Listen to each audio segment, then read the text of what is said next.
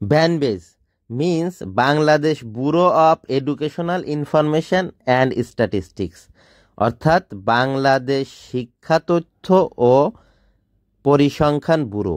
চলে আসলাম তার সামনেই। এটা কোথায় অবস্থান, কোথায় অবস্থিত, তাহলে আমি একেবারে পূর্ণভাবে প্রথম থেকে শুরু করি। আমি মতিঝিল থেকে রওনা হলাম ব্যানবেজের উদ্দেশ্যে। ব্যানবেজ যারা চেনেন না তারা তো অবশ্যই বলেই দিলাম শর্ট ফর্মে। এটা হচ্ছে বাংলাদেশের যারা শিক্ষা প্রতিষ্ঠান আছে, সকল শিক্ষা প্রতিষ্ঠানের বিভিন্ন তথ্য উপাত্ত এবং তাদের হচ্ছে অবসর ভাতা বা তাদের হচ্ছে কল্যাণ ট্রাস্ট এখান থেকে দেওয়া হয়। তো মতিঝিল থেকে ট্রেনে উঠলাম মেট্রো স্টেশন, যেহেতু মেট্রো রেল হয়ে গেছে, মানে মেট্রো রেল তো বেশ আগেই হয়েছে, তো মেট্রো রেলেই আমি যাব। এটা হচ্ছে পড়তেছে ঢাকা বিশ্ববিদ্যালয়ের ভিতরই, নীলক্ষেত আর হচ্ছে পলাশির কাছাকাছি, মানে পলাশি মোড়ের কাছাকাছি। যারা চেনেন না ঠিক আমার ভিডিওটা দেখতে থাকেন, আস্তে আস্তে আমি কিভাবে কি যাচ্ছি। আমি মতিঝিল থেকে মেট্রোয় উঠলাম, এখান থেকে 20 টাকা ভাড়া। হ্যাঁ, মেট্রো রেলের ভাড়া সর্বনিম্ন ভাড়া 20 টাকা। তো সেখানেই আমাকে যেতে হচ্ছে মেট্রো রেলে চেপে, আর যাইতে মাত্র 4 মিনিট লাগে। হ্যাঁ, অনলি 4 মিনিট লাগে মেট্রো রেলে উঠলে। আর যদি মতিঝিল থেকে কোনো বাসে যান বা অন্য কোথাও থেকে আসেন সেটা আপনাদের ব্যাপার, মতিঝিল থেকে বাসে যাইতে প্রায় আধা ঘন্টা 1 ঘন্টাও লেগে যায় জ্যামের কারণে। আর যদি নিরাপদভাবে যাইতে চান, খুব সুন্দর খুব সহজে যাইতে চান, তাহলে তো মেট্রোই আছেই। আর মেট্রোতে এসে নামলাম হচ্ছে ঢাকা বিশ্ববিদ্যালয়। হ্যাঁ, এটা হচ্ছে ঢাকা বিশ্ববিদ্যালয়ে নেমেছি, আবার এই মেট্রোর নামও হচ্ছে ঢাকা বিশ্ববিদ্যালয়। এখান থেকে আপনার রিক্সায় অথবা হেঁটে যাইতে পারেন। হেঁটে যাইতে 5-7 মিনিট লাগে বা 10 মিনিটের কাছাকাছি লাগে। পলাশির মোড়ে হেঁটে যাব, সেখানে তার পাশেই আমি যাচ্ছি। আমার সাথে সাথে চলেন। যারা ব্যানবেজ সম্পর্কে যাদের ধারণা আছে বা জানেন, তারা অবশ্যই এই ব্যানবেজ সম্পর্কে, ব্যানবেজ আপনাদের জীবনে লাগবেই। যারা হচ্ছে স্কুল কলেজের শিক্ষা প্রতিষ্ঠানে আছেন, তাদের বেতন ভাতা অমুক তমুক দিয়ে বেশ মানে অবসর ভাতা টাতা নেওয়ার জন্যে এই ব্যানবেজে আসতেই হয়। তো সেখানে আমি নেমে গেলাম এই ঢাকা বিশ্ববিদ্যালয়। এটা হচ্ছে টিএসসির কাছেই নেমেছে আর কি। ঢাকা বিশ্ববিদ্যালয় যে মেট্রো স্টেশনটা একদম টিএসসির গায়ে লাগোয়া। এখান থেকে আপনি রিক্সায় চলে যাইতে পারেন, অথবা আমি যেভাবে যাচ্ছি ঠিক সেভাবে আমাকে ফলো করে করে যাইতে পারেন। মেট্রো স্টেশন দেখতে আসলেই মজার লাগে, যার জন্য মেট্রোটা আমি সবসময় দেখাই। আমি প্রিফারে থাকি যদি মেট্রো স্টেশন দিয়ে কোথাও যাওয়া যায়, তো আমি সেখানে যাওয়ার চেষ্টা করি মেট্রো ধরে। কারণ একেবারে কম সময়ে পুরো একেবারে জাস্ট কিং কিং ফিলিংস। এই যে একটা রিক্সা নিলাম, রিক্সা উঠে গেলাম, রিক্সাকে বললাম যে পলাশির মোড়ে যাব। আর রিক্সা এখানে নেমে ব্যানবেজ সবাই চেনে ঢাকা বিশ্ববিদ্যালয়ে নেমে, তারপর যদি না চেনে তাহলে আপনারা বলবেন যে পলাশির মোড়ে যাব। একদম পলাশির মোড়ে একটা দুইটা বিল্ডিং যাওয়ার পর এই যে দেখতে পাচ্ছেন আপনি, এটা হচ্ছে টিএসসি চত্বর। টিএসসি চত্বর দিয়েই হচ্ছে আমার রিক্সাটা ঢুকতেছে, এই দিক দিয়েই যাবে। তো যারা চেনেন না তাদেরকে বলে রাখি, পলাশির মোড়ে আসলে বলবেন যে পলাশি মোড়ের থেকে একটা দুইটা বিল্ডিং পাশে, মানে হচ্ছে এতটা সহজ এই ব্যানবেজে আসা। তারপরেও যারা না চেনেন তাদেরকে একেবারে দেখাই দিচ্ছি, প্রত্যেকটা রিক্সাওয়ালাই চেনে, আর যদি না চেনে তো বলবেনই। আমি যেভাবে আর কি ডিরেকশনটা দিলাম সেভাবে দিলেই হবে। তো আমারও কাজে আমি যাচ্ছিলাম ব্যানবেজে, মনে করলাম যে ব্যানবেজটা অনেকেই আসে, অনেকে চেনে না। দেশে বিভিন্ন জায়গা থেকে আসে, ঢাকার বাইরে থেকে যারা আসে তাদের চেনাটা আসলেই মুশকিল, শুনে শুনে চিনতে হয়। যার জন্য তাদেরকে সহজ করে দেওয়ার জন্য ভিডিওটা বানিয়েছি। এটাই অনেস্ট যে আমার যে কমেন্ট, এইটার জন্য ভিডিওটা বানিয়েছি। তো দেখতে দেখতে এই যে পৌঁছায় যাচ্ছি। আর রিক্সায় যাইতে আপনার 3-4 মিনিট লাগে, আর হাইটে যাইতে হয়তো 10-15 মিনিট লাগবে আর কি মেট্রো স্টেশন থেকে। আজ বাংলাদেশ এই যে দেখেন চোখের সামনে দেখা যাচ্ছে জগন্নাথ হল, এটা ঢাকা ভার্সিটির জগন্নাথ হল। নির্মাণ হচ্ছে 1921 সালে। এভাবে এরকমই একটা পজ করে দেখে নিয়েন। জগন্নাথ হলের মেন গেট দিয়েই আমরা যাচ্ছি। এখন পলাশির মোড়ে যাইতে হবে। পলাশির মোড়ে বিখ্যাত কি কি আছে জানেন তো? হ্যাঁ, পলাশিটা আরও বেশি বেশি বিখ্যাত হয়েছে পলাশির মোড়টা বুয়েটের জন্যে।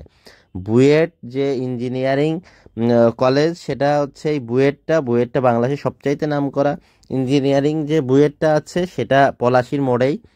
আর সেখানে আপনার ঢাকা বিশ্ববিদ্যালয়ের এরিয়ার মধ্যেই এটা হচ্ছে মূর্তির মোড়। চোখের সামনে পড়লো।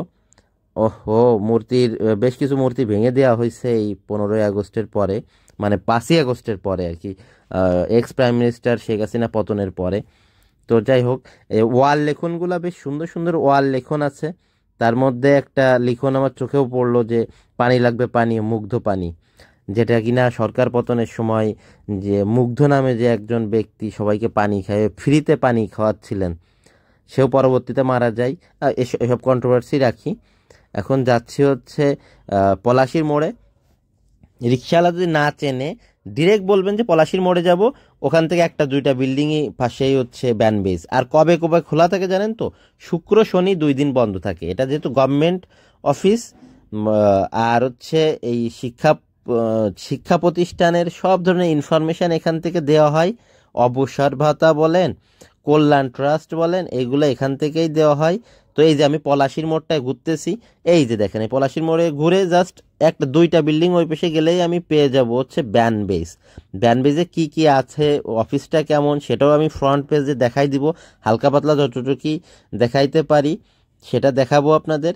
এই যে রিক্সা যাই ইয়েটা ঘুরে আমার ভিডিও করতে করতেই অলরেডি আমি চলে আসছি, মানে এত কম সময় লাগে আর কি পলাশির মোড়ে আসতে আর কি।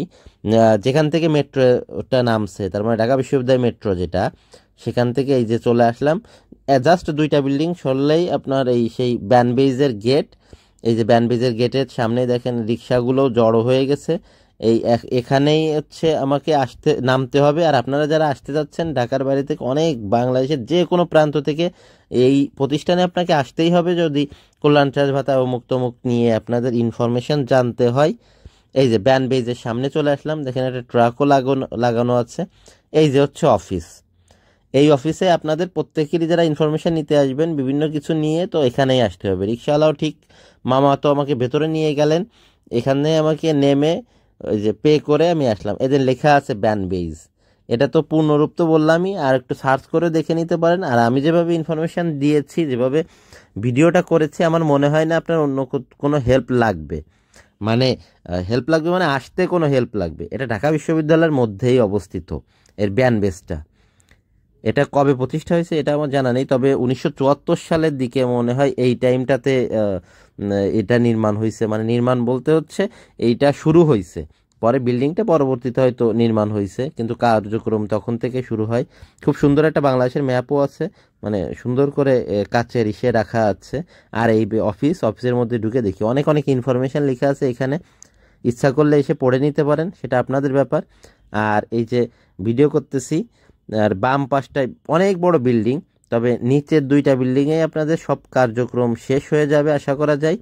এই যে দেখেন এখানে কিছু চেয়ারও রাখা আছে, প্লাস রিসেপশনটা আছে। এখানে শুনে নিতে পারেন যে অবসর এবং কল্যাণ ট্রাস্ট, এবং দুটোই সব এই নিচতলাতেই পাশাপাশি আর কি, এ রুম ও রুম।